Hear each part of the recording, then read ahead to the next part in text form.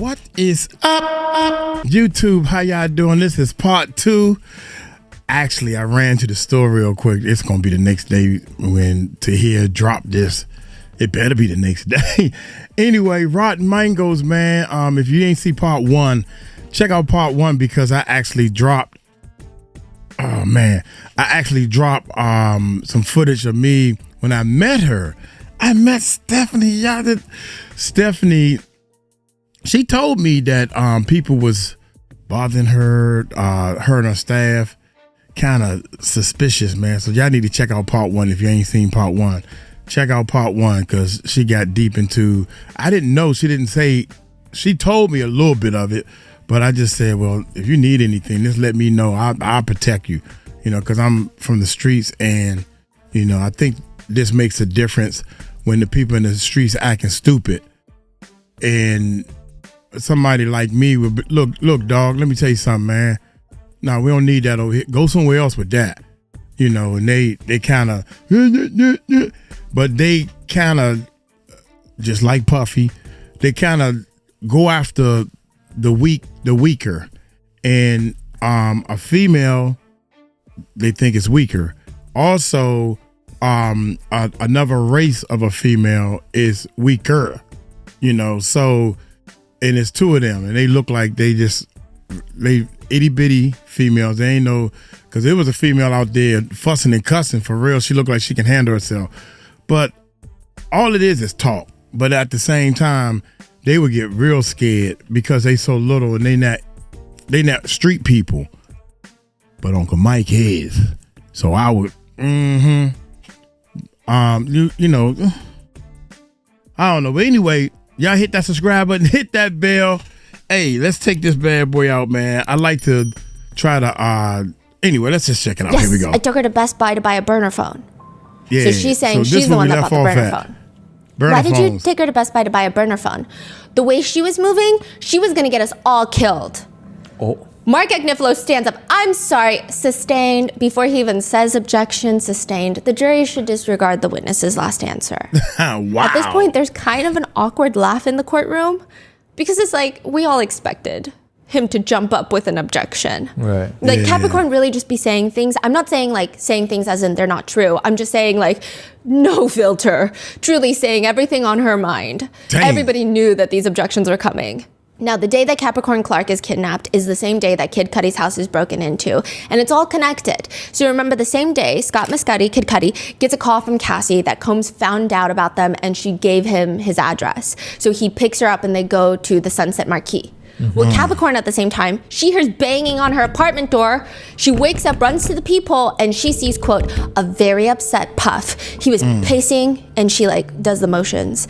He was moving around a little bit. He was just anxious, I could tell, but he was furious. That was evident. Can you describe the movement of his body outside your door? He's pacing, and the body language looked like he had something in his hand. Why do you say that? Can you describe what you observed? Just the body language. I could see his shoulder. It was like something in his hand. He was moving in his hand. I mean, I couldn't really see the peephole all the way down to his hand, but the body language was giving me he's holding something. The way that Capricorn is acting it out, again, adds a lot to her credibility, in my opinion. It's just very descriptive. You really see everything that's happening. Meanwhile, Sean Combs is sitting in the courtroom, absolutely still. Why did you open the door for Mr. Combs? He was upset. Part of my job is to make sure that the name and likeness is okay, and he's outside my door. I gotta be what is this? Can you describe Mr. Combs at the time? His pants were gray, and they were split open from knee to knee through the crotch, so I could see his underwear. Kind of assless chaps, but it seems not to have been on purpose. So it's cut at the inseam. It came like this, or someone cut it open? You could buy pants like this, but I don't think this was on purpose. I think it ripped, maybe in a fit of anger or something. Oh, his pants ripped. Yeah. Huh. Did you notice anything in his hand? A gun. And she says it like that. And what did Mr. Combs tell you once he was inside your apartment? He said, why didn't you tell me? And I said, I don't know what you're talking about. He said, who is Scott? I said, I don't know any Scott. What did he say? What did Mr. Combs say after that? He said, Kid Cudi. I said, oh, Cassie's friend. Then he just says, according to Capricorn, quote, get dressed. We're going to go kill this. Damn. At this point, the jurors and Combs, they're all taking and jotting down notes passionately. And it's just like the way that she's doing his voice and like it was a lot. In the sense of like, I think people are receiving her testimony well. When Mr. Combs directed you to get dressed, how did you respond? I don't want to go.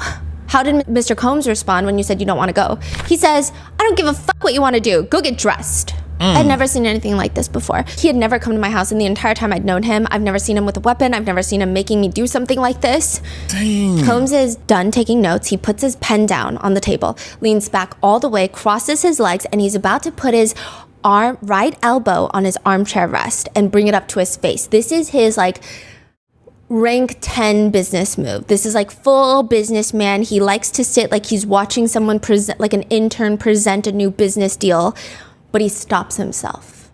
So then he takes his arm off the armrest and just sits cross-legged. Because I think it's not a good look. Yeah.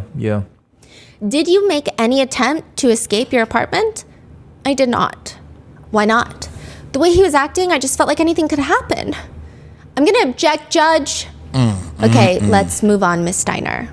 Capricorn says she's forced to get dressed. They leave her apartment. So it's Rube, who is Ruben, another security detail. He's actually D-Rock's little brother, but anyway, he's in the driver's seat of the black Escalade. Combs hops in the back with Capricorn, and she's back there, and he now has his gun on his lap as they're driving through the Hollywood Hills to get to Kid Cudi's house. What, if anything, did Mr. Combs and Rube do after he arrived at Kid Cudi's home? They enter the house. Capricorn says that she stayed in the car, but she couldn't leave.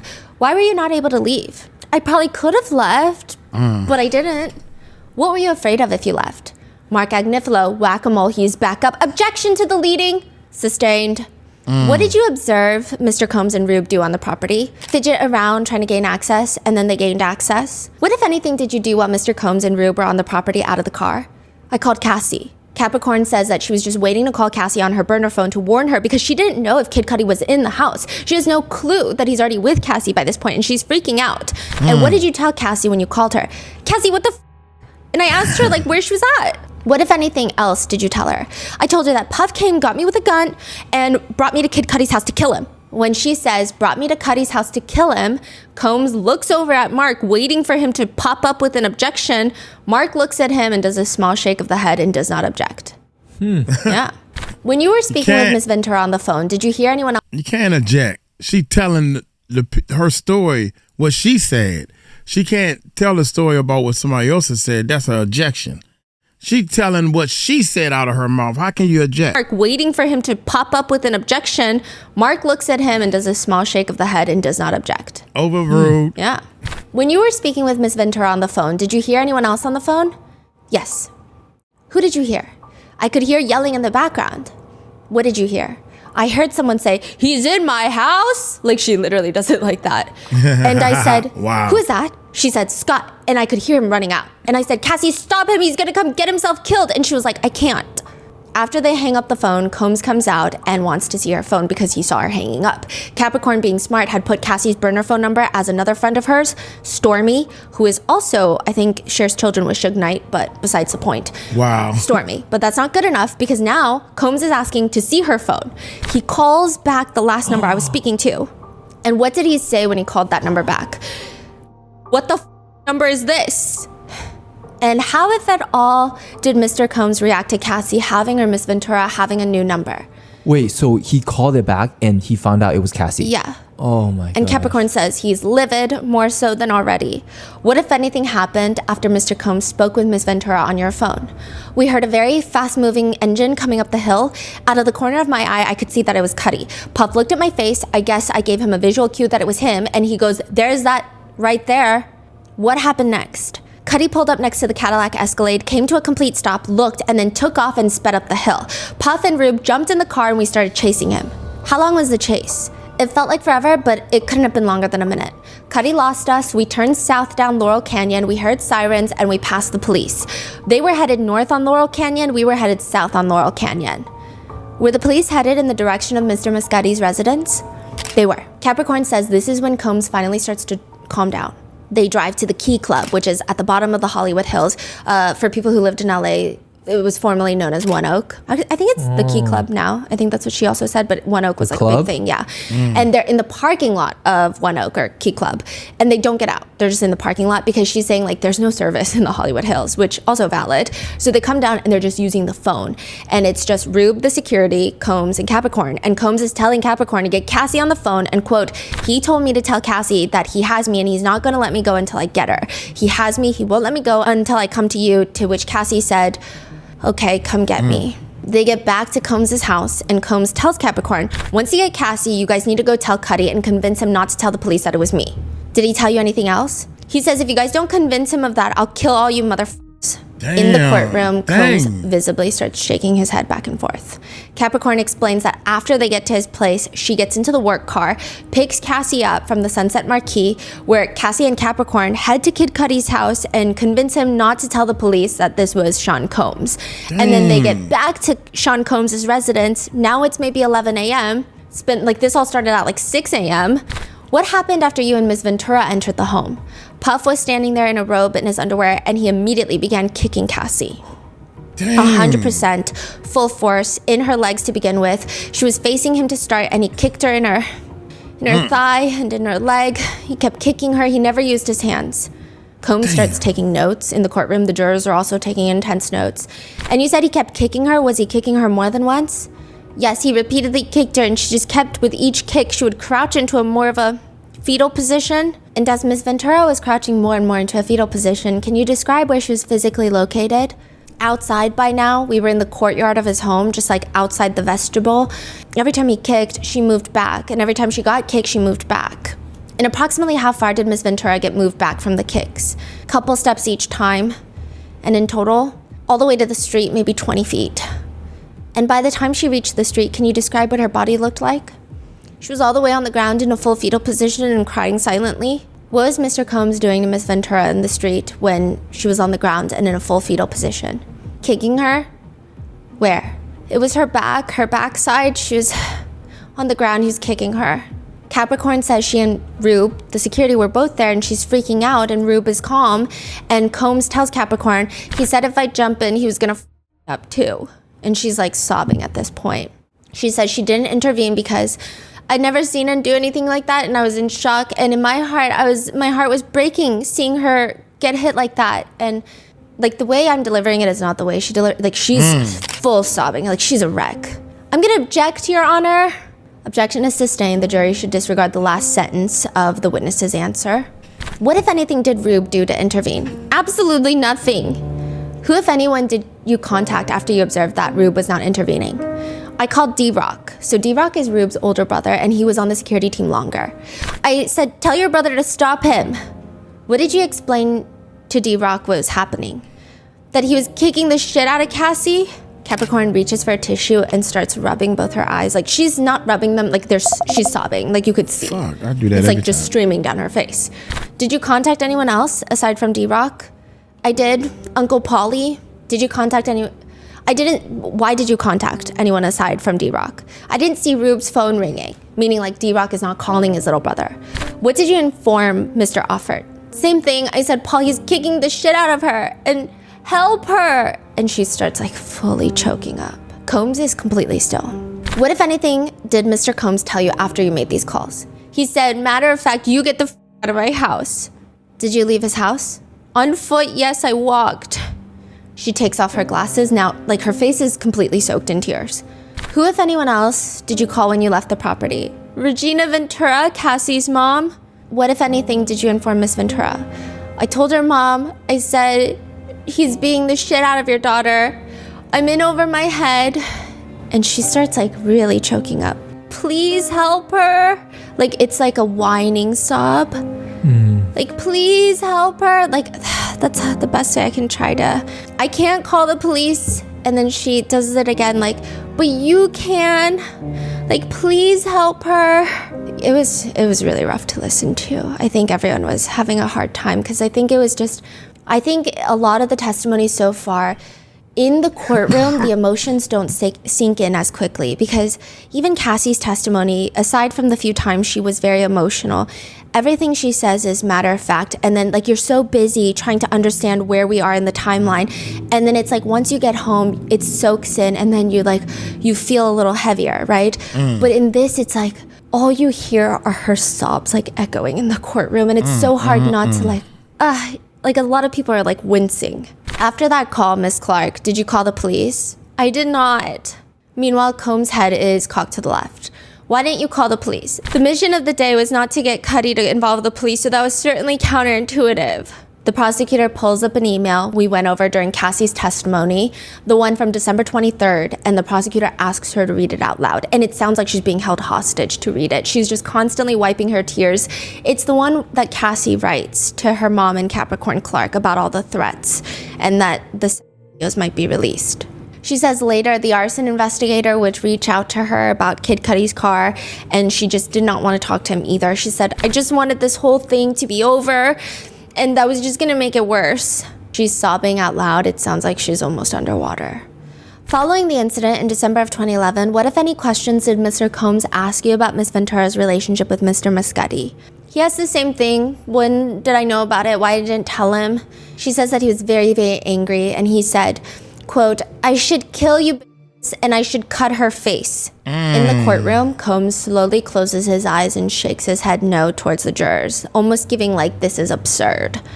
How frequently after this incident in December of 2011 was Mr. Combs making threats to you? Approximately how many times? I'd say once we got to December of 2011 into that summer, I would say 50. She does mention that she told the CEO of Bad Boy, Harv Pierre, about it, to which he just says, that's crazy, but it's going to be okay. Capricorn says he also tells her that she, Capricorn, and Cassie can't really be friends anymore, that they can only interact for work. Now, there are other parts of her testimony that were cross-referenced with other testimonies, and it seems like Cassie was not the only one that was participating in freak-offs. I know that in our four-part series that we did before the trial even started, this was in 2024, there were allegations online and rumors circulating that Kim Porter was also part of the freak-offs. David James, the other assistant, says that he was part of the hotel setups. He called it advancing the hotel. So you go in advance and you make sure it's ready for Combs. He says, in New York City, for example, if he asked me to advance a hotel room, I'd go back to his apartment, I'd get like a Jordan sweatsuit, fresh pair of underwear, some socks, some slides. I'd also bring a toiletry bag, and I would bring the iPod speaker base. And then next to the Trump Hotel, which he loves, there's a Dwayne Reed there, and I'd go get there like a few different food items, applesauce, Jell-O, Fiji water, and then we'd always have some Ciroc vodka and Simply lemonade as well. Applesauce. I have a bartender full time that just stands here and makes me my favorite drink. You take 1.5 ounces of Ciroc vodka, 3 ounces of lemonade, shake it up, that cool, refreshing drink. Side note, while David is listing out everything Combs likes, Combs is sitting there like nodding ever so slightly, like, yes, okay, checking off the list. Like if someone is recounting your grocery list to them, that's the vibe. David James just continues, basically everything that he may need. He didn't always use these items, but I was always taught to provide everything just in case he needed something. That way he wouldn't need to call you later on. He also needs his infamous Louis Vuitton med bag that he always carries, according to David. Also, $10,000 in cash, sometimes more. When describing the med bag, David says, there were probably 25 to 30 different pill boxes or pill bottles. Some of them were unmarked, so I was not familiar with what they were. Some were just like Advil, Tylenol. He had water pills to make him lose weight. He had a Viagra in there. He had some pills that helped increase his sperm count, for example. He had ecstasy and Percocets in there as well. Side note about those ecstasy pills, he says there were various kinds, but one in particular that stands out is, quote, it was in the shape of a former president's face. Which former president? President Obama. Wow. That's crazy. The prosecutor asks David, when you set up these hotel rooms, did Mr. Combs stay in these hotel rooms alone or with others? I don't think Mr. Combs ever stays alone. Who did he stay with? His girlfriend at the time, mostly Cassie, but other women as well. There's an odd moment in David James's Cross where Mark Agnifilo starts asking him about all of the traveling and all of the advancing of the hotel rooms. And David James goes into a whole ketchup monologue. When they travel to London, to the United Kingdom, ketchup, Heinz 57 ketchup, like they needed that. I don't know if this is what he's saying. I don't know if you guys have ever been to London before, but the ketchup in the UK is not similar to the ketchup in America. He would not be happy. I mean, ketchup was a big item that he always needed for his food. So it's just the consistency to create a consistent environment. So during this ketchup rant, Combs is just like smiling and happily nodding along and everybody's in a lighter mood. But then it goes from ketchup to applesauce. Side note, he eats applesauce on his cheeseburgers. Like he eats applesauce with a lot of things. Then the conversation goes from ketchup to applesauce to Astroglide and baby oil. And at this point, I think Combs is uncomfortable with the sudden emotional shift because he raises his hands at the mention of baby oil. He rubs them in his lap like he's putting lotion on. But then he like realizes it's weird because he's not putting lotion on. So then he puts them in prayer hands and then he leans his head forward, presses his forehead into his fingers, and then moves on. It was just like a very odd set of movements. It felt like he was instinctively rubbing his hands, but thought it would be perceived weird. So he carries out the rest of this awkward set of movements. Wow, that's crazy, man. It's like you're talking about some Astroglide. As soon as you say the word, it's triggering for him. Ooh, freak off time. It's time to do a freak off time. Oh, we in court. Oops, sorry, y'all. Continue. I Jack, or something like that. He'll say, yeah, that's crazy, man. Oh my gracious. All right, then they putting in okay, here we go. Come on. That's made fist to front. All right, here we go. My computer moving slow, y'all. I'm trying to do too many things at one time. Come on, go. Rotten. There we go. Then the copyrights. Combs and Kim Porter. All right, here we go. Now, Capricorn Clark also testifies that she advanced many a hotel rooms, but she said mainly it was for Combs and Kim Porter. How frequently would he stay at a hotel with Miss Porter? Once a week. And what, if anything, was your role with respect to hotels when Mr. Combs would travel? To pack and bring and unpack his personal effects? And what did those belongings include? Clothes, toiletry bag, and camera bag? Camera box, actually. Camera box? It was a silver, like at the time it was a silver, like 45 record carrier repurposed, and it had 3 click-in, like 3 point-and-shoot cameras and 1 small mini DV camera. Was there anything else in the camera bag? A small bottle of baby oil and a small bottle of lube. What, if any, lighting was used in the hotel? No lighting. We brought his diptyque candles. That was that. She says on every single hotel trip with Kim Porter, they would have to bring that camera bag 100% of the time. What, if any, responsibilities did you have after one of Mr. Combs' hotel stays? To pack up his belongings and sweep the room for anything that might be left behind? What, if any, damage did you observe in the hotel rooms after his stays? Just baby oil. At the Intercontinental, I would see like handprints in oil on the ultra suede walls. Yeah. How frequently did you observe damage from baby oil in the rooms? Frequently, but it was just a lot of baby oil. It was just everywhere. It wasn't necessarily only on the walls. And if he would, which women would he bring to hotels most frequently at the time? Kim Porter, Cassie Ventura. This entire part, when Capricorn is talking about freak-offs with Kim Porter, the kids are not there. Sean Combs' mother is there, and she's just frozen, just listening. Later, Capricorn says she was ultimately fired for not applying properly for vacation time, but she thinks it's probably because she kept mentioning all the threats. And what do you recall, Mr. Combs, in these discussions following your termination? That I would never work again? That he would show me that all these people weren't my friends? That he would make me kill myself? In the courtroom, Combs scratches his left cheek with his left hand, just like scratches his face. This is the interesting part. Later, Capricorn is asked if she reached out to Combs' attorneys, and she says yes, in which a settlement is reached. But this was in her previous termination, wrongful termination. So she quit, got terminated, and rehired so many times. But on one of the occasions, she did get paid. So she's asked by the prosecution, under the terms of the agreement, approximately how much were you paid for? I'm going to object, Judge. Which is so fascinating because, if anything, the defense has been so passionate about women who receive money from Sean Combs. They've been very passionate about the figures and passionate about the demands that were made, and suddenly they do not want Capricorn to release how much she settled for. There's probably a few reasons for it. Probably one, because it was such a low amount that it would probably make the jurors go, wow, that's actually crazy. And two, there was a rumor that Suge Knight was on a podcast and he said the money to pay Capricorn Clark, that settlement money was done by Interscope Records. So that would add to RICO racketeering. Like, it would make it very messy if a settlement for this type of behavior is paid by a company. Now, there's a quick sidebar in which Combs puts his chest in the air, and this is really awkward. So he stretches his chest up as he's sitting, and then his arms are bent at the elbows like he's doing a bench press, right? It looks like he's just stretching, but he has this very awkward moment where he just kind of pumps his fist twice, and then he stops. And I think I think he felt awkward doing it. It just felt weird. Maybe he wanted to do a bigger movement, or maybe he realized this is not a movement he wants the jurors to see. He stops himself. It's weird. Meanwhile, Capricorn Clark is sitting there super emotional. Sean Combs' sister and the person next to her are giggling, perhaps about something unrelated. I don't know. They're just in the pews giggling during the sidebar. Mark argues during the sidebar. So the objection, I don't know the amount. I don't know that the amount is relevant. And I mean, I would say it's unduly prejudicial. I mean, I don't intend to get into it. I don't know how it advances the relevant issues in this case, what the settlement was for. Again, interesting.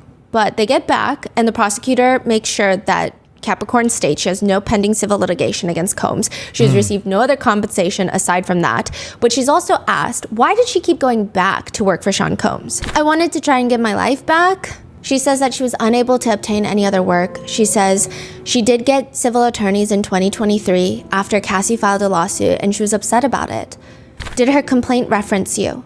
Not at all. I was traumatized because it did not reference you. Is that what you're referring to? She did not mention me at all. Did there come a time when you met with Mr. Combs' attorneys in April of 2024?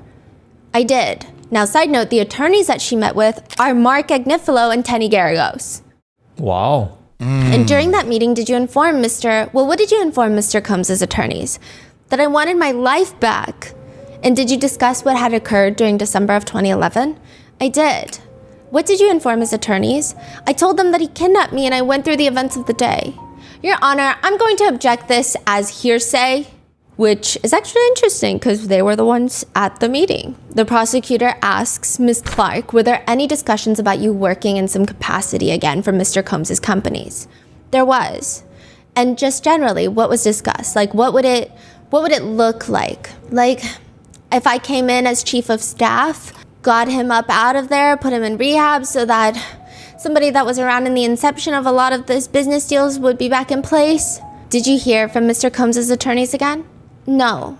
The direct is finished soon after, and the judge starts to speak. All right, so this is a good time for us to... Mr. Agnifilo stands up, like he's wound up like a spring. Can I start, and then can we have a break unless we all want to stop now? Whatever you want to do. Well, we're taking a break, which is what I was doing, and then we'll come back. Oh, okay, I'll take a break too. Thank you. Members of the jury, we will take a short break. It's 11:14. We'll come back at 11:40. All rise for the jury. As everyone is leaving the courtroom, Brian Steele starts rubbing Sean Combs' back. During that break, Combs and his mom are just like having full mouthing conversations. Everybody is ushered back in. Capricorn is ushered back in at the end of the break. Combs has his right elbow on his armrest and he's got his fist up in the air and he kind of hammers it into the air 3 times. It's weird. It's like waiting. I didn't know what that was. That's the feeling. And then the cross-examination begins. Mark Agnifilo takes the stand and immediately he starts talking about the setup of the conference table when they all met in 2024 because Capricorn met with him and Sean Combs was there. He's drawing the picture. Even Combs is looking at him, mouth slightly agape, just blinking his eyes. And Mark's whole point is how during the meeting in 2024, Capricorn asked Combs to come back to work as his chief of staff, which Capricorn states, yes, she did bring that up. And tell me if this is right. What you said was, you've always been able to take care of him. I don't recall saying that. Okay, do you remember saying he wouldn't be in this mess had he kept me around? And then she looks at the jury and said, I probably said something like that, yeah. So I think Mark is, again, trying to prove a point, but she's just so honest. She's like, yeah, I probably did say something like that. During cross-examination, especially when they're working in his favor, Combs loves looking towards the jurors. So he's doing that a lot. And you said, tell me if this is right. You said you didn't think that Miss Ventura was good for Mr. Combs. Correct. And you believe that? Correct. Okay, do me a favor. Tell the jury in your words why you think that's true. I just felt like they were toxic as a couple. At one point, Mark says he's going to call Sean Combs Puff because that's what Capricorn is comfortable with. And the judge is constantly, like this has happened multiple times. The judge keeps saying, no, we're going to call him Mr. Combs. Okay, judge, that ends that. We're going to call him Mr. Combs. Why does he want to call him Puff instead? I guess it makes him more... And then I think the timeline, a lot of the jurors look like they would be from the era that Sean Combs was Puff or Puffy. Versus I feel like my age, everyone knows him as Diddy. Yeah. I see. And like the older groups know him as Puff, Puffy. And That's then all. Just make him sound a little bit more relatable to them.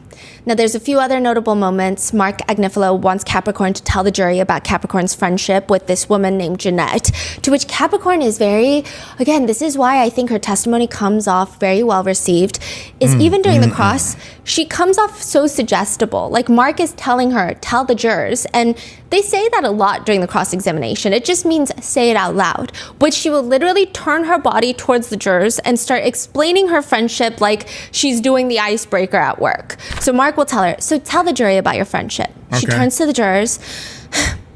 I'd moved to New York. I was working in advertising. I was living in the Bronx, hated the Bronx.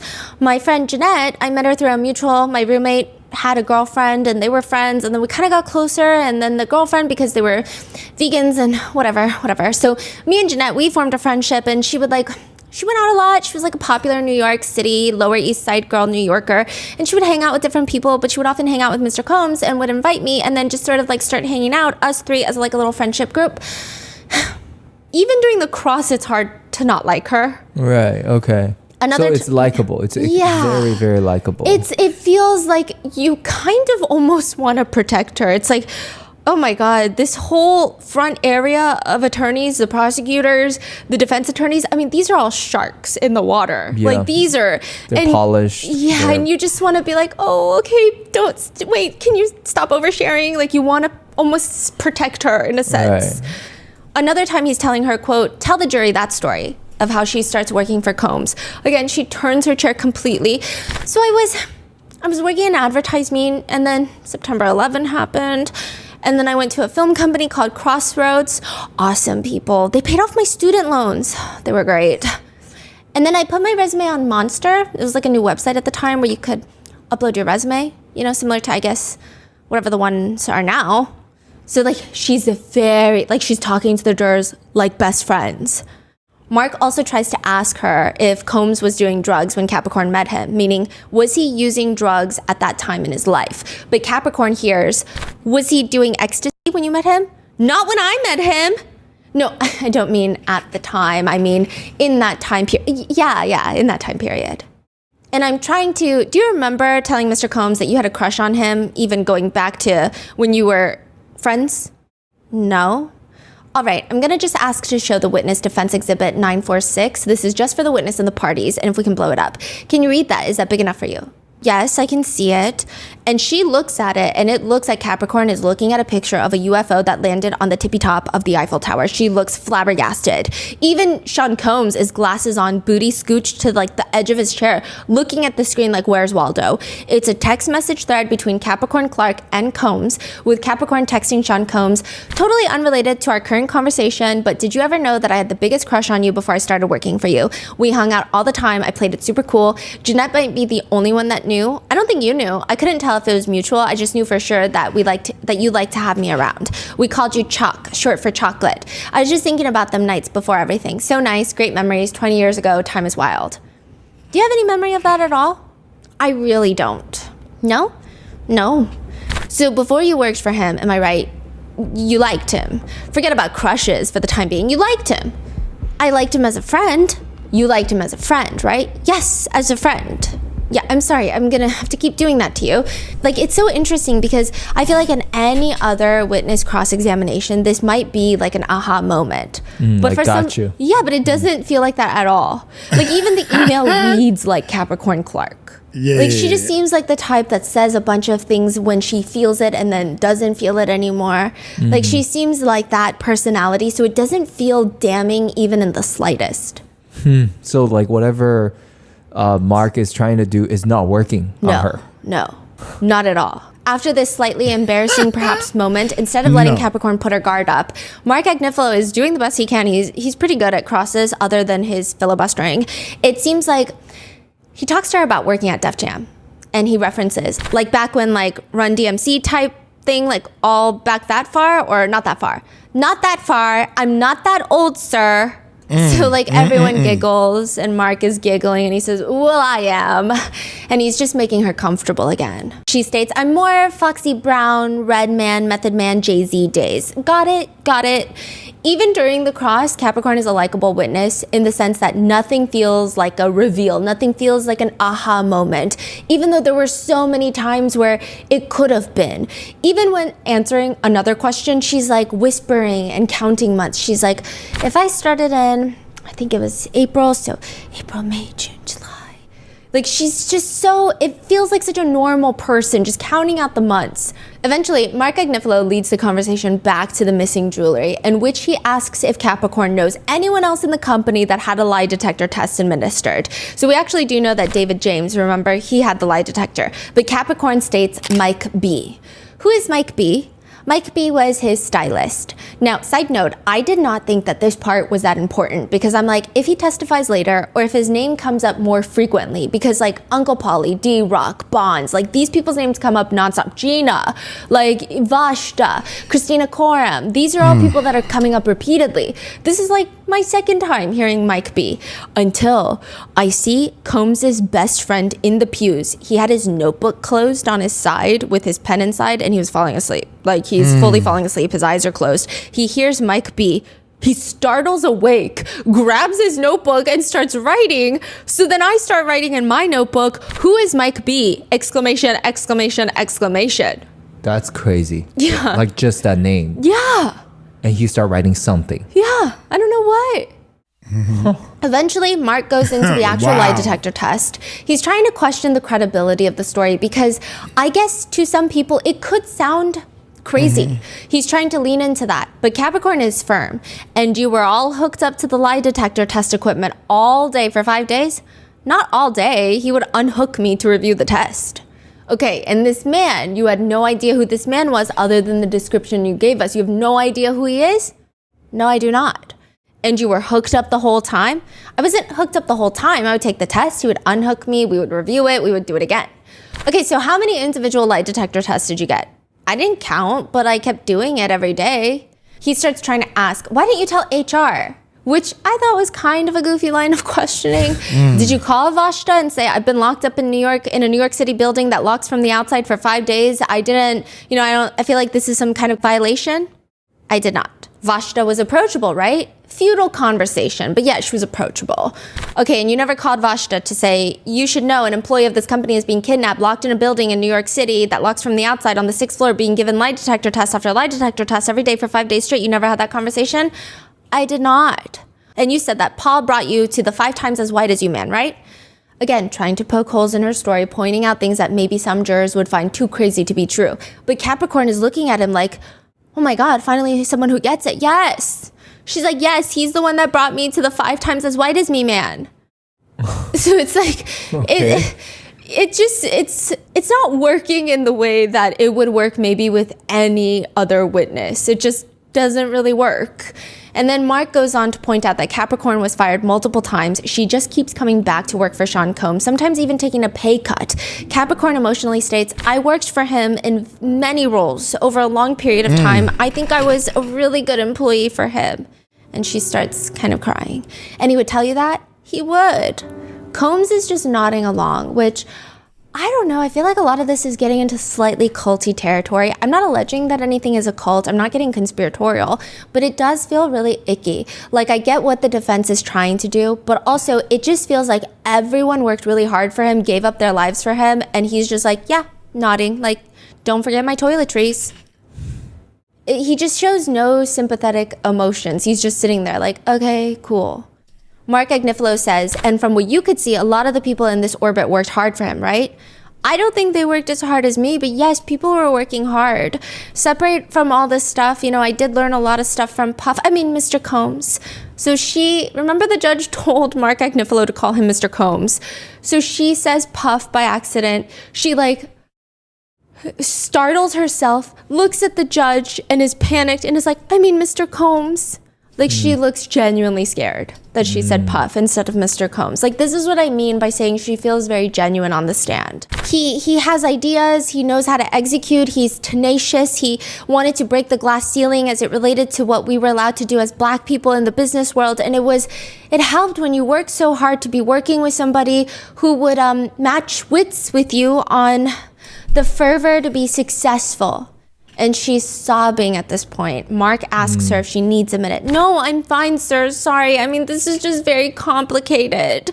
Combs, again, is just leaned back in his chair looking like a bored businessman. He will frequently glance over at Mark with his mouth slightly agape, just blinking and staring. But I feel like the crazy thing is he looks at the jury to kind of, the feeling that I get is he's looking at them like, you see, they love me. But I feel like if I were on the jury, the feeling I would get is like, wow, you don't even care. Like this girl that you've known and like worked with for that many years, is this falling apart on the stand? Like there's nothing in him that showed any sort of like, oh, I didn't know she felt that way. Or like, damn, what a shitty situation that I put her in. Nothing. It's just like, you hear that? She said I was amazing.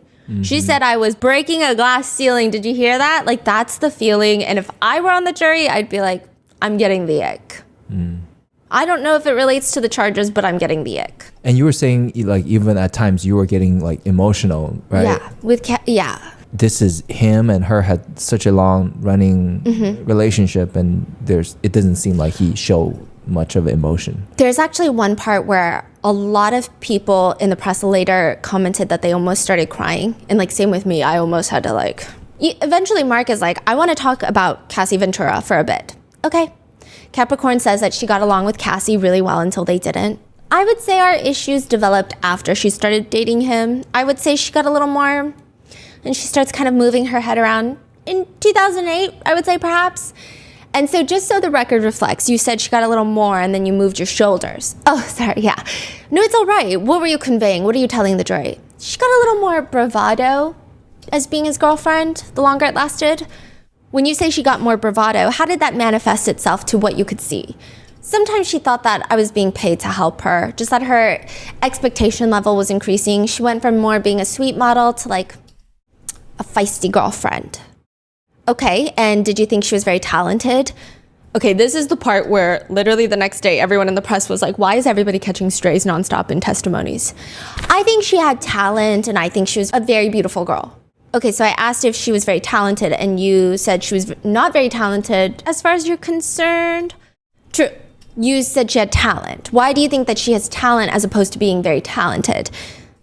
Talented to me is Whitney Houston, Mariah Carey. Very talented is that level of performer, entertainer. Cassie was more of a studio artist, a little more comfortable in the vocal booth to have a little bit of things equalized for you and, you know, engineered properly, less of a live performer. She states that Cassie is a hard worker, but also not a hard worker.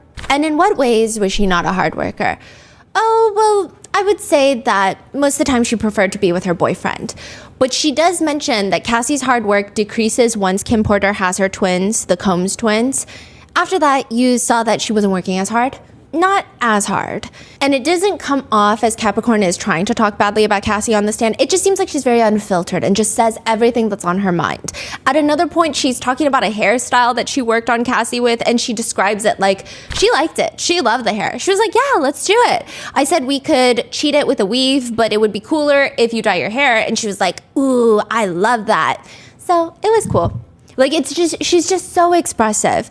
Meanwhile, Combs is rustling through his little notes like he's looking for something. And later, Mark Agnifilo asks Capricorn, okay, now at what point do you and she go to Best Buy and get her a burner phone? So remember, because she's the one that recommended Cassie get the burner phone? Mm-hmm. After we went hiking with Cudi that day, Capricorn is explaining that she told Cassie she needs a burner phone. And where did you get that idea from? I mean, I know it sounds naive, but where did you get that idea from? Capricorn looks at him like he's growing 3 heads. Like, my parents died when I was 17. I'm from Los Angeles. I don't know how to answer this question. I'm smart.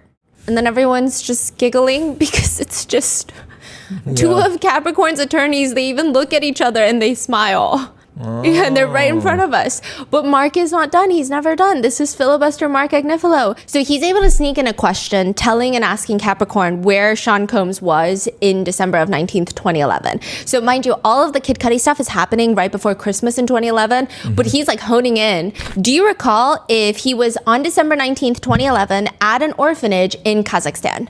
I just remember he was in Russia. I don't remember exactly, but I just remember he was in Russia or something like that. Okay, do you remember seeing photographs of him on the internet at an orphanage in Kazakhstan in December? And it just felt so random. It felt like he was throwing it in there to be like, hey, by the way, my client is a philanthropist. Hey, my client saves dying puppies. Is anybody listening? Brian Steele's not listening. He's falling asleep. He's over this. Meanwhile, Sean Combs, full smiles. I'm seeing so much teeth. Sean Combs smiles, and then he leans over to Tenny Garagos and mentions something, and it's like super quick.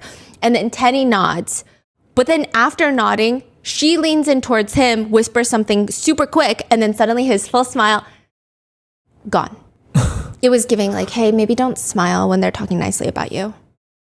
And it was just like so goofy. Brian Steele, fully asleep. Mark goes on, moving on to the next thing. And he goes on to debate whether or not the day of the alleged kidnapping, Combs pointed the gun at Capricorn or if he was just waving it around. Capricorn states that he was waving it around. But Mark says, according to the government meeting notes, it says that previously she said he was pointing it at her, which the feeling being pointing it around, waving it around. I mean, still kind of a gun, right? Yeah. At one point during this very intense line of questioning, we hear a scream from the other side of the gallery. My heart dropped completely because it was like a very intense moment. Even my researcher was like grabbing my arm because she was startled, but it was actually just somebody sneezing on the other side. But it genuinely sounded like a full-on scream. And there's this brief moment before Mark continues about the night of the alleged kidnapping where he wants to know the location of the car and all the pertinent questions. There's a lot of back and forth. And then Mark establishes that Ruben, Combs, and Capricorn get into the Escalade. They drive to Kid Cudi's house. They park on the side of the street. The car is on a hill. So it's going up the hill when they're parked. Meanwhile, Capricorn is like sneaking a call to Cassie when they leave and they break into Kid Cudi's house. And he's like, you saw them go through this door. This is like the outside door into the courtyard. Yes, sir. Okay, did it seem like anyone had a key? No. Did it seem like they pulled the door hard and it opened? Like, what did you see that allowed them to get through the door? Whatever they were doing, their backs were to me, I don't know, but I was not really engaged in how they were getting in. I was waiting for them to get away from me so I could use the phone. But wouldn't you be watching them to see if they're actually going to be getting away from you? I mean, the key thing here is they don't get through this door, this ends right here, no? Objection? Let me ask a different question. Why wouldn't you be staring right at the door to see if they can get in through the door? Objection, argumentative, rephrase. Were you looking at the door to see if they could get through the door? I was looking at their backs. Okay, as you're looking at their backs, what on the other side of them is this door, right? Yes, but I would say at this point, I was kind of sort of not really paying attention. I was so in my head trying to think about the next step, and I was praying that Cudi wasn't inside of there. Okay, so what you're telling us is you haven't the vaguest idea how they got through this door. Is that about right? I don't. She says after they get past the door, they run into the courtyard towards Kid Cudi's actual front door and presumably break into his actual house. She grabs her phone and calls Cassie. Could you tell from your side of the call if Cassie was on the phone with speaker with Scott Muscati present with her when you called? Yes. And they're asking her what she said, which is interesting because Kid Cudi testified he didn't know that Sean Combs had a gun. Capricorn is testifying she specifically told them on the phone call that Combs had a gun, but she didn't know that Kid Cudi was there. She's asked, what exactly did you say about the gun? I said, Puff came to my house with a gun. We came to Cudi's house to kill him. He's in there right now. And then I heard, they're in my house. Okay, so you said it quickly. I said it very quickly. I didn't want him to see me on the phone. My question is, you would want to make it absolutely clear that Combs had a gun, right? It wasn't about being clear. I was furious at her now, and I was like, what the hell? And I'm just letting her know as fast as I can without him knowing I'm on the phone what the hell is going on with me. I'm asking about the gun part. I said, yes, he came to my house with a gun, and he took me to Cudi's house, and we're here to kill him, sir. At this point, Combs starts shaking his head rather intensely, like, no, we're not. To them, did anyone say anything back? A gun? He has a gun? Was there any acknowledgement of the fact that you said gun? No. I heard, he's in my house.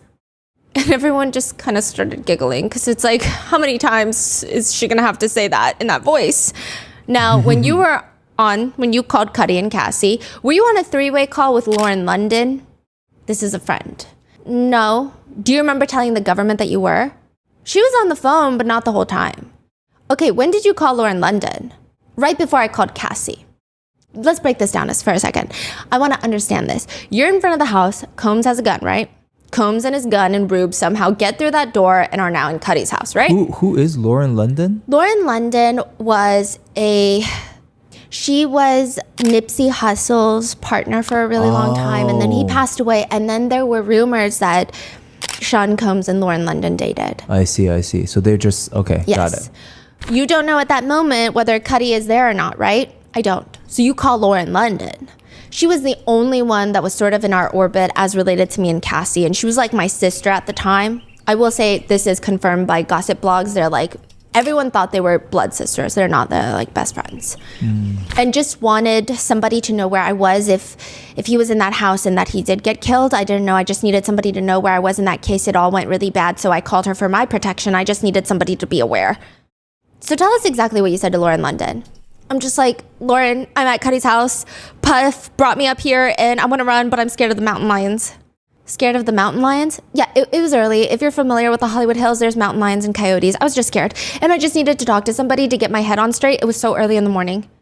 Which, interestingly enough, even though Capricorn is, quote, changing her story, with any other witness like Don Richard, it felt damning because I think of the way that Don Richard did the testimony, the way that she was responding to some of the questions and judging by the jurors' faces. But nobody seems fazed at all by this. In what way is her story changing? I guess she never mentioned Lauren London. Yeah, but the defense attorneys are going to say that's a story change. And I'm sure when it's the defense case in chief, the prosecutors are going to do the same thing. Right. But the way she explained it, it's like, well, duh, I just, Yeah, she's like, why wouldn't you call your best friend? I called my best friend. Is that crazy? Yeah. Did you wake Lauren London up? I don't remember her status. Okay, how long did you talk to Lauren London? Seconds, maybe 30 seconds. It was fast. I had to get off the phone because Puff kept popping out into the walkway and in the courtyard. I really don't remember, but I do remember making a call to Lauren, and I do remember making a phone call to Cassie. Are you aware that Lauren London and Combs were friends for years after this? I am. You are, right? They're still friends. I mean, not at the moment, but they were friends until a couple years ago, right? Which I felt like, I get his point that Lauren London is still friends with Combs after her best friend Capricorn is allegedly kidnapped by him by gunpoint. But the last part, I mean, they're not friends now. Definitely also doesn't help the defendant. I just find it interesting. It's just very hard to destroy Capricorn's credibility. Even when geographically, sometimes Capricorn's story does not make sense. She says after calling Cassie, she hears Kid Cudi coming to the house. Soon enough, she sees him pull up in the Porsche, and what happens next? He stops next to us, next to the Escalade. Puff and Rube look at him, see if he's going to get out of the car or what's going to happen, and then he speeds off and they jump in the car and we chase him. Up the hill? Up the hill. And are you aware of the fact that when you go up the hill, the only way to get back down to the main roads is to come exactly the way you came? That's not true. Mark and the defense team pull up a map of where Kid Cudi's house is, and he is explaining more so to the jury that Capricorn said that this is where they went, but all of this leads to a dead end. That doesn't make sense. And then he's confirming with the map, but they all seem to be dead ends. Do you see that, Capricorn, Miss Clark? I mean, I would imagine that this is a big aha moment, but Capricorn is firm, but they're not. To the point where Mark Agnifilo is so taken aback, he says, do you know something we don't know? I mean, you can ask somebody that's a technical person, but Skyline, if you go from Hollywood Hills Road to Skyline, you can get yourself back on Mulholland, and then you can get yourself back to Laurel Canyon, and then you can go towards Beverly Hills on Mulholland, or go back down Laurel Canyon. She says this with so much confidence that I had to go home and research whether or not Mark Agnifilo used older maps to try and confuse Capricorn. I'm looking up if maybe the maps of the Hollywood Hills are not as accurate.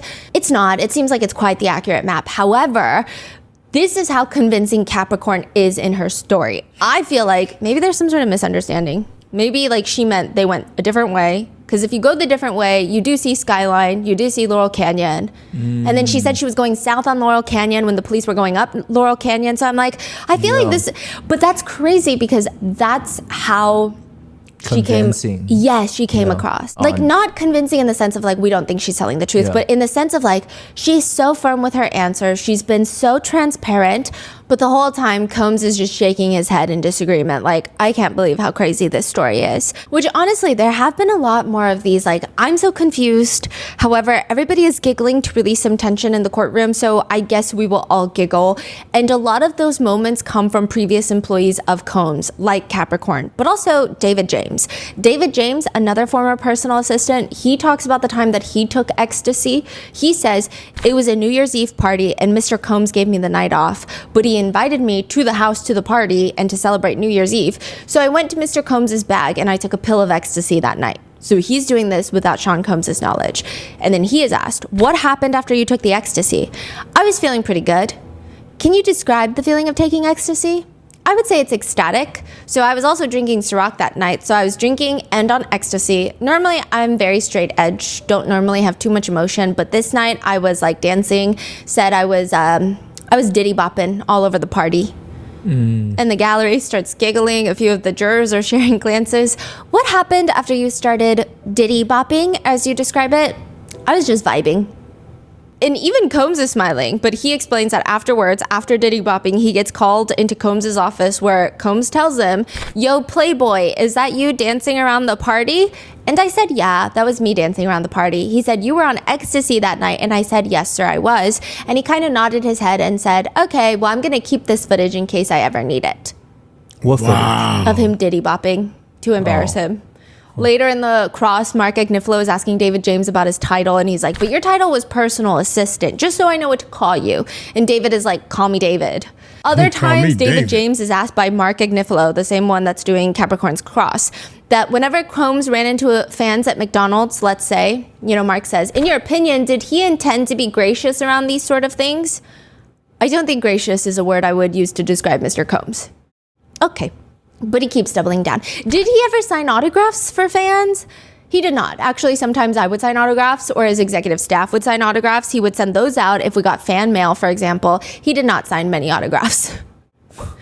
He also tries to make David James feel good, saying things like, long days were never a problem for David James, though, because he never gets tired. To which David James responds, that's not true. One day I was actually driving home from the studio in LA, and I was actually driving the car this night, and I blew through a red light, and Mr. Combs got very upset with me, and he was like, what are you doing, man? We can't be blowing red lights. We'll be pulled over by the cops. I just turned around, and I said, I'm fucking tired, man, like I'm exhausted.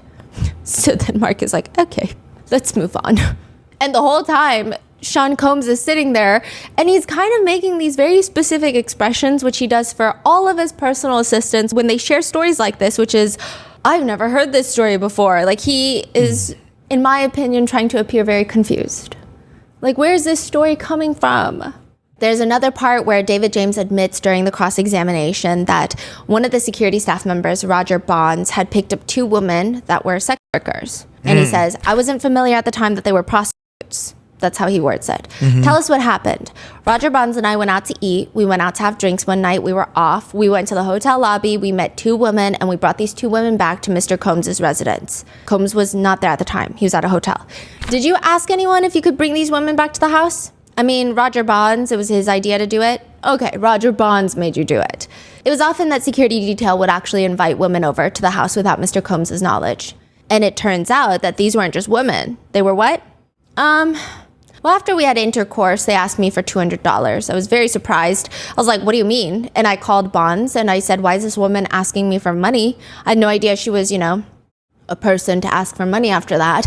And I was against paying her. So I told Bonds, I don't want to pay her for this. I don't understand. Why? He said, you better pay her because we don't want any problems here at the house. So pay her. We don't want no problems. I did. And then she wanted to take a shower. So I asked her to pay me $200 to take a shower. How did that turn out? I got my money back. You got your money back. Congratulations.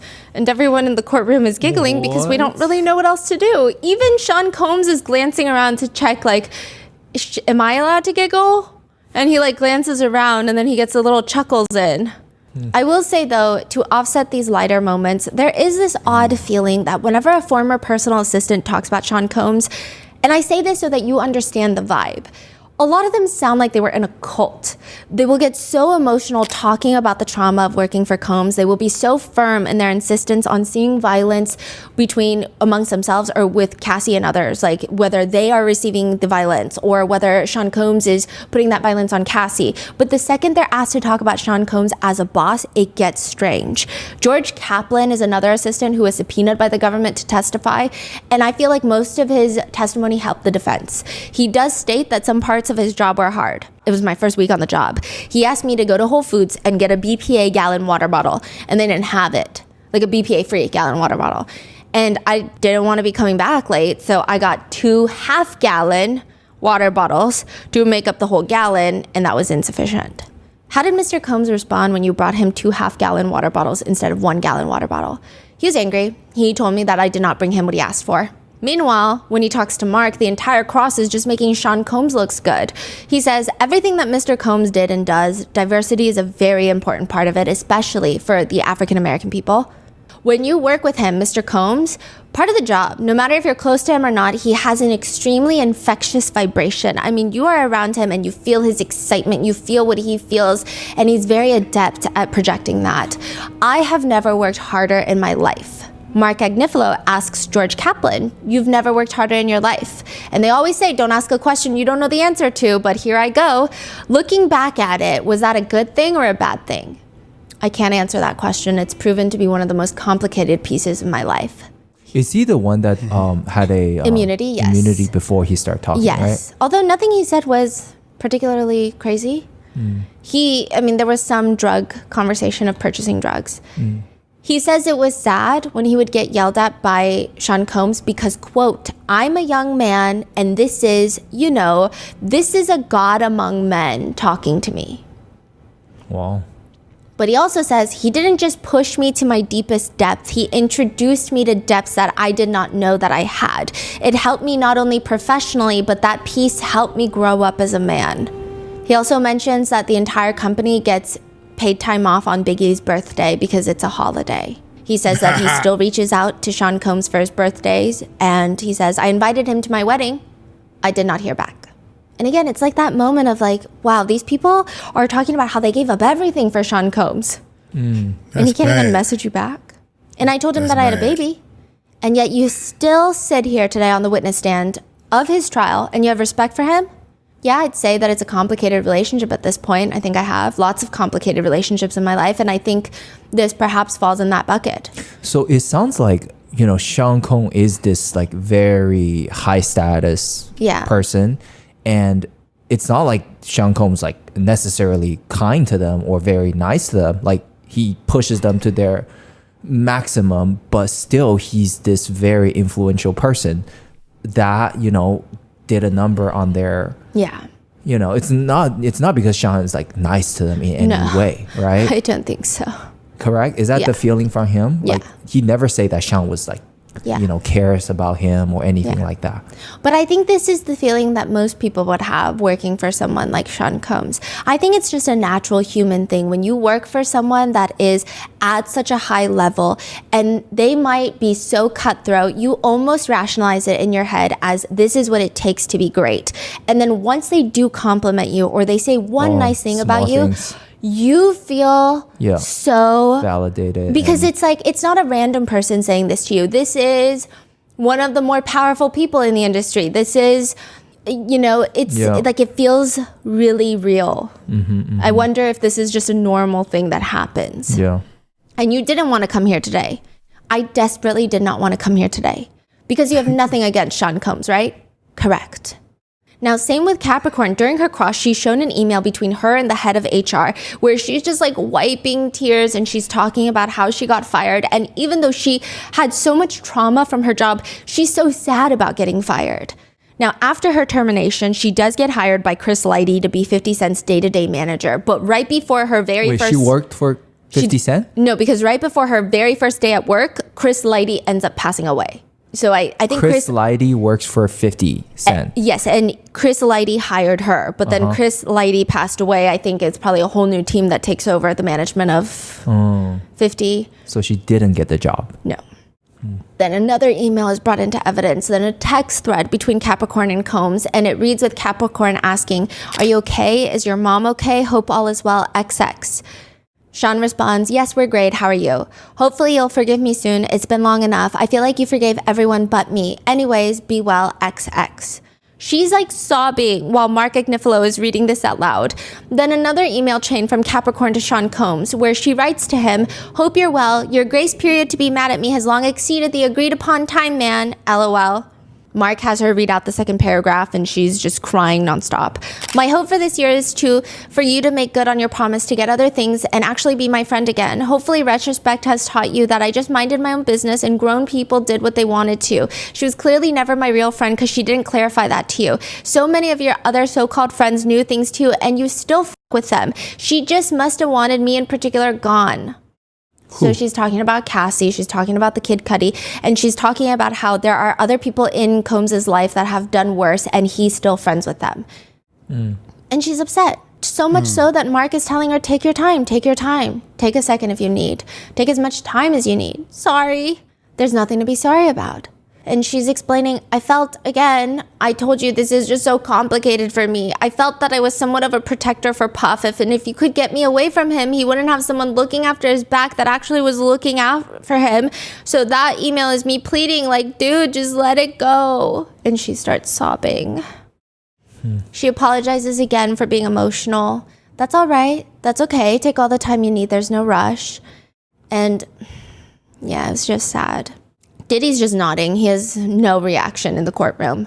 And the judge is very sweet with Capricorn. He tells her, "Miss Clark, is it okay if we go on?" "I'm sorry." "Don't be sorry, please." Even Mark Agnifilo chimes in, "You're okay."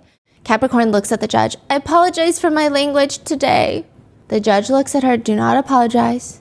"Mr. Agnifilo, when you're ready." "You ended up coming back and working with him again, right?" "Yes." "From your perspective, he heard you." I don't think that was the case. I think that he did what Cassie wanted and Cassie wanted me back." "All right, can I ask you a question? Did that hurt that he would only take you back because that's what Cassie wanted?" "Yes, absolutely." And she starts breaking down again. "This is my whole life and their shenanigans. I have no parents. My son has autism. He's nonverbal and my stakes are higher, sir." This is the part where I said a lot of people were tearing up. I think it's like because with everyone, you just keep hearing, "If you were so scared for your life, why did you keep going back?" Which I think is already like not the best question to ask anyone. But I think with her, it's the way she says it puts it so much in perspective. Like sometimes not everybody has hundreds of millions of dollars and choices. So yeah, and you just feel.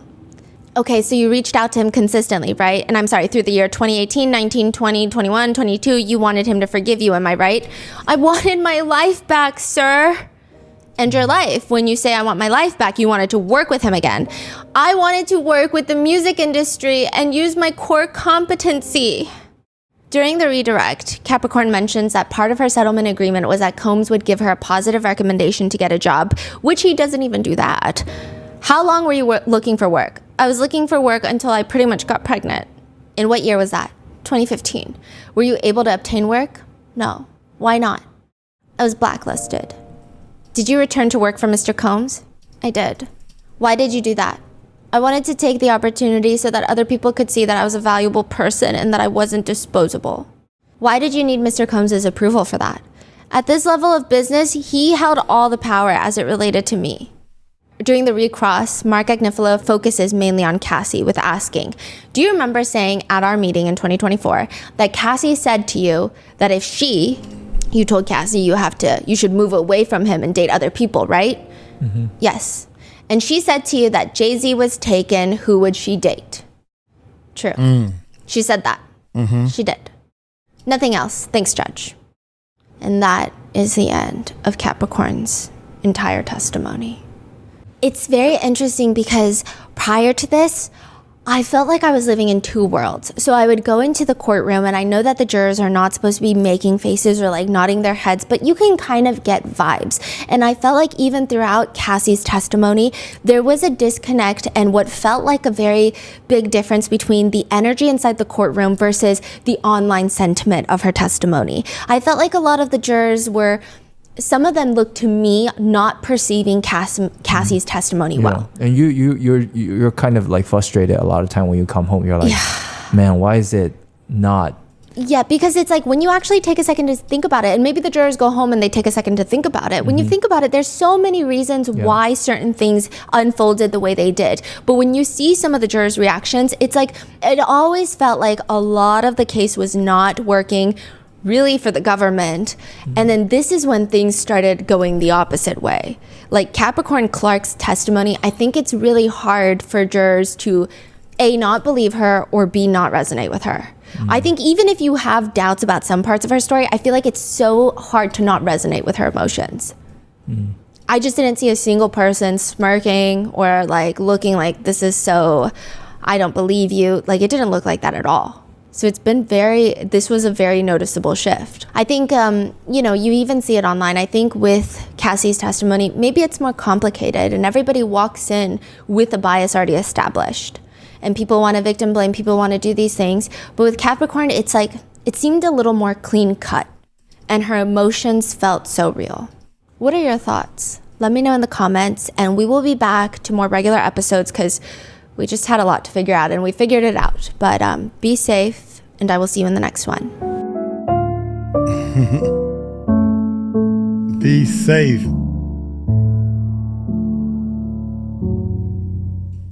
She's incredible, man. She is incredible. I couldn't believe I met her, man. I met her. And she's in a little bit more of my videos.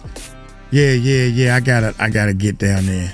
I gotta get down there and see her again. I'm gonna see if my team can reach out to her team and get in touch with her. Shopify, all that type of stuff. Yeah, I need to buy some of her stuff and everything, man. Oh my God. She is my favorite. And she was like, oh, I love reactors. I want to see. So we need to send her a link or anything. But anyway, y'all let me know what y'all think, man. I love the way she explains and put me right in the courtroom. I was in the courtroom for a minute. When she said Diddy looked at her, I'm thinking Diddy looking at me too. And I wasn't even in the courtroom. I was outside the courtroom. Shoot, now you got me scared to go inside the courtroom. He might look at me. Then he might remember me. He said, you from DC. I remember you down there by Howard University. Man, I seen him probably about 30 years ago, probably 35 years ago. I think I probably seen him 3 times at the most. Look here, I'm gonna get on up out of here. Y'all take it light, take it slow. Tell him Uncle Mike told you so. Peace out.